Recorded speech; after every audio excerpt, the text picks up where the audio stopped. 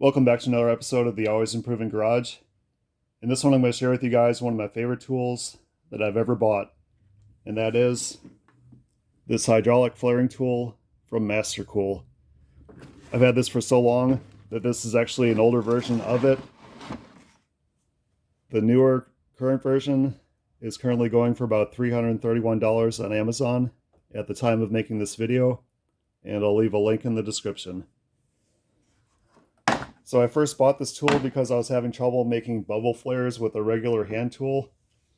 Ever since I bought this hydraulic one, I've been able to make bubble flares much easier, faster, and they turn out perfect the first time. You can also make fuel line fittings with it, these push connect fittings. I didn't even know that when I first got this tool, but that was a nice bonus. I've used it for that as well. This is a bubble flare that I've made with the tool.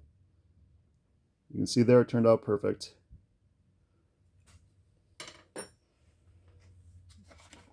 So this one being the older version, one of the things I've noticed is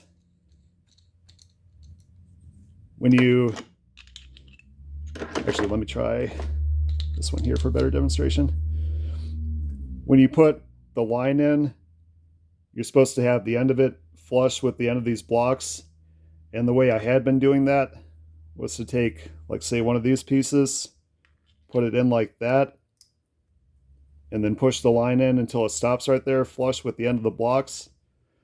Now, the newer version of this tool actually has something built in that helps you do that easier without having to grab an extra block like I do. There's a part built into the tool that helps you with that portion of it. There may be some other improvements as well, but seeing how I have the older version, that's the only one I know of at the time. But regardless, even if you get this older one, it's still a great tool. Most of you will be getting the newer version, and that's great. Either way, you'll definitely be happy.